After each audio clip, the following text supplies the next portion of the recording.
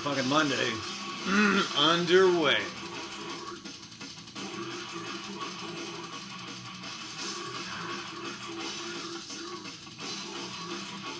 Hope everyone had a great weekend. Hope y'all had whatever it is you needed.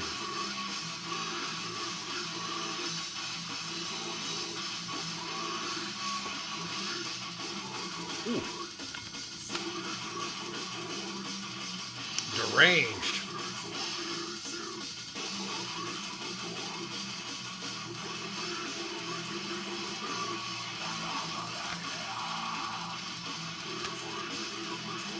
There we go. Starting off at the top. Which one is this? Oh yeah, Deeds of Ruthless Violence. If you're not familiar with Deranged, they've got a pretty good discography, and almost everything I've heard, everything I've heard from them has been good. So, definitely a fun band with some consistency, you know. Need to pick up more of their stuff. I think I've played this before. But, oh yeah.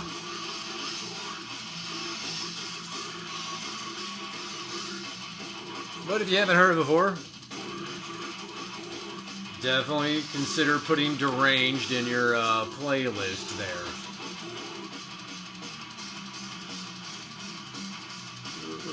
You can't even tell that's right side up.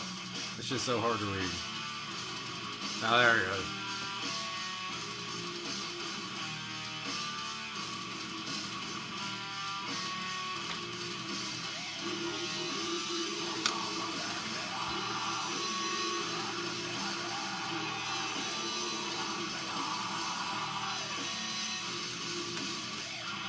And Kat listened to this a few times, didn't you, Kat? I did, bro. The songs are like, the titles have like really bad English, and I think they make a joke out of how bad their English is, even though they probably all speak fluent English. Yeah.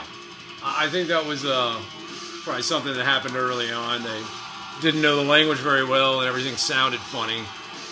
And then they were like, man, that was really cool. Let's just keep naming our tracks weird stuff. Noxus kind of does that. Pathovisceral fears, violent inherent system. There are some funny song titles. Go check out Coffins. Or Sabat. Of course, in Sabat, half the time they are Japanese.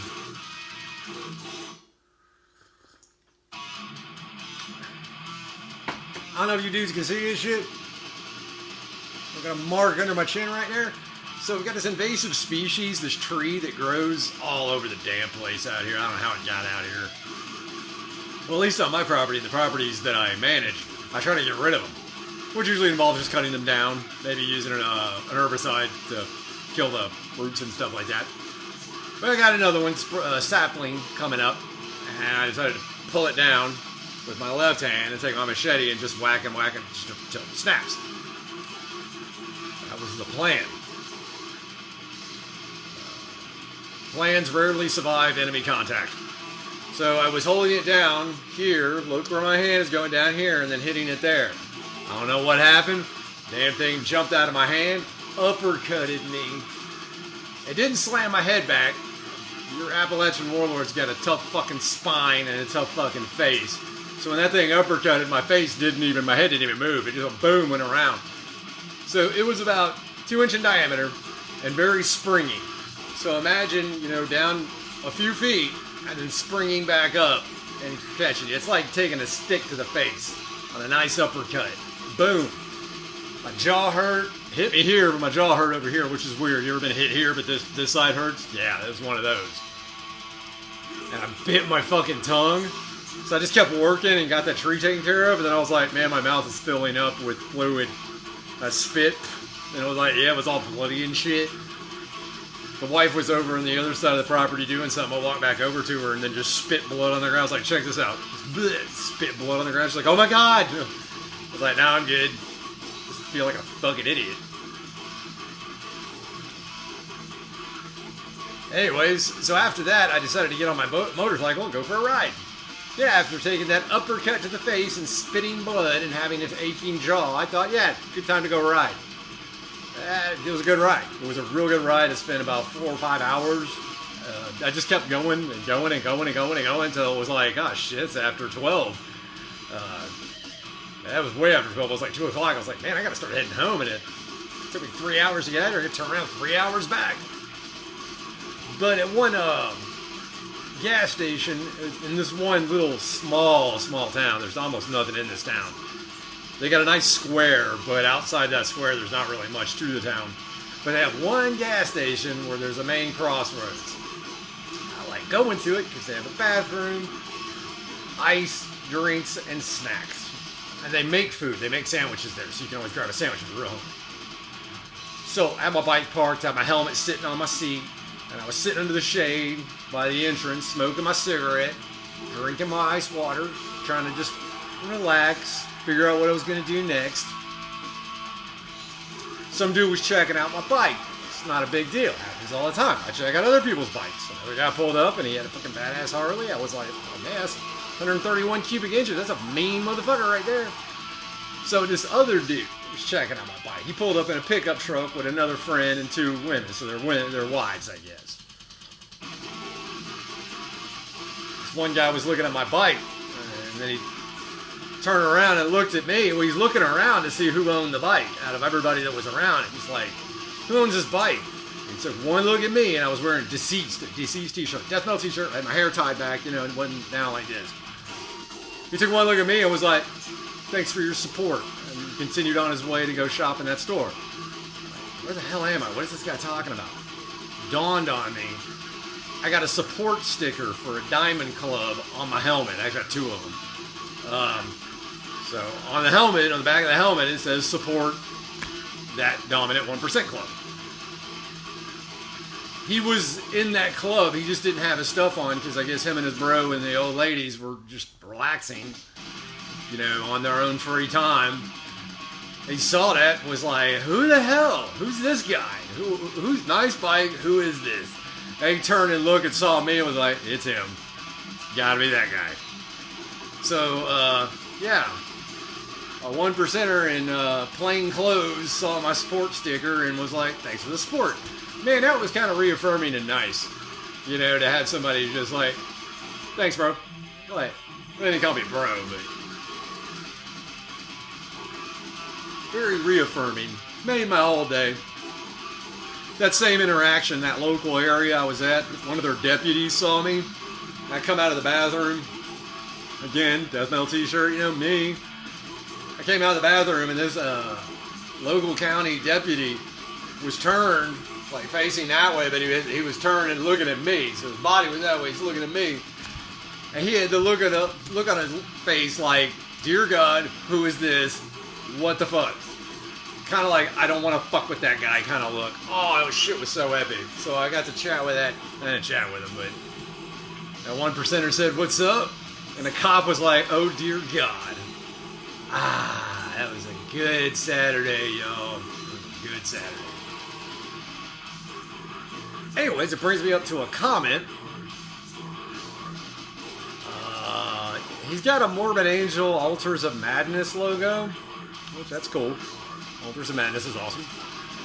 BK XP3TR. Man, what's up with y'all's names? But BK was called me a J-Dog wannabe. Yeah, okay, sure. J-Dog does not ride a motorcycle, and he doesn't have 1%ers saying thank you for your support. So you can call me a J-Dog wannabe. Just know I'm literally kind of in a different area code from him. We just like metal, and we're old school dudes. So thank you, BK, for calling me a wannabe. When J-Dog's on a fucking bike riding as many miles as I do, well, then he'd be a cattle prod wannabe. I wouldn't call it that. Well, anyways, we got a comment here. It's kind of a big one, but I think it's good. Yeah, has anybody seen American Psycho? with that Christian Bale guy. Yeah, because it's relevant. This is the real wandering man. The real wandering.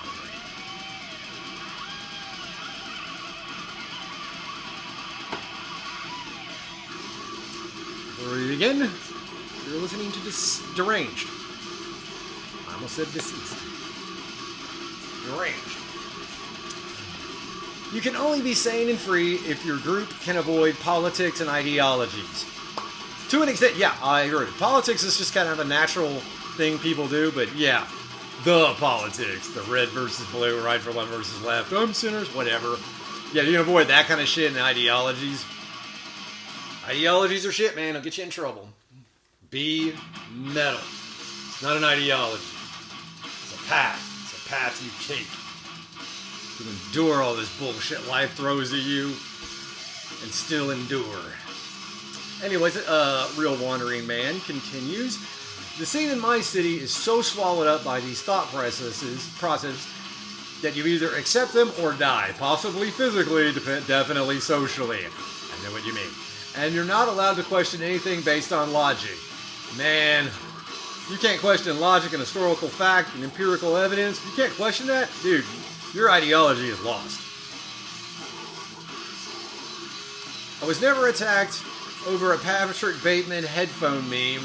I was even attacked over Patrick Bateman, that's Christian Bale from American Psycho. I was even attacked over the headphone meme, listening to women scream over Trump winning, and a friend I had cultivated for over a year attacked me claiming I hate women and I don't care about women's rights, ended my friendship immediately like it was nothing. How childish to have such an emotional reaction instead of understanding that's something Patrick would do. You can never be sane and free if these chains bound to you, if these chains are bound to you. Which is why I don't go to local death shows anymore or make any new friends with extreme people in my area. They destroy themselves and give alternative living a bad name. Yeah, ideologies will get you in trouble. There's nothing wrong with having ideas and nothing wrong with talking out ideas. And we should all be doing that. But yeah, getting into a relationship over a meme, that's not you, Real Wandering Man. That's them. I believe I was talking to somebody else about a similar situation. Can't remember it off the top of my head, but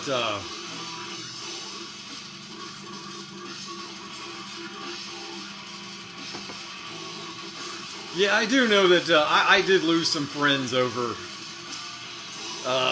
something that happened in politics, and I lost friends over it because I wouldn't condone the person or whatever. Or you support them. It's not really, but let's talk about this. And people don't want to talk. They don't want to hear your side of the story. And I always want to hear the other person's side of the story. Like I said, a judge standing in judgment, and if you're in trial and a judge standing over you, a good judge, the definition of what a judge should be doing. They are judging you. Sucks, but it happens. But they're like, what did you intend? What happened? What did you intend to do? What happened?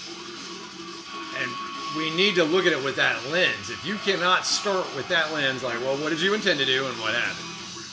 Now, you can't look at it through that. You're all I see the thing and it's bad because, and then you don't think, and you don't want to get the other person's opinion. Man, that's dangerous. That's dangerous. Yeah. What did Rodney King say? Why can't we all just get along? Why can't we all just get along? Especially in the scene. We're fringe. We're outcast. We're not loved. And in some cases, we don't want to be loved just to be loved. We want love to be earned or something. I don't know. Yeah. So I got another comment. 14 reasons 58. 14 reasons. I don't know. 14 reasons 58. And number 14 keeps popping up. The 14 facets of fascism. Somebody brought that comment up earlier. I've been meaning to read up on that. Because they were basically saying Mussolini wasn't the founder of fascism. Somebody else, and they couldn't remember the name, but they said they had these 14 points of it. Mussolini just put that shit in play with some tweaks. And then the Austrian guy did it different. Even more different. But 14 reasons. 58. I'm not into death metal. I think it's too hard. I think there's people in the comments that'll beg to differ. I don't have a certain genre that I'm into. I like BFMV Tears, Don't Fall,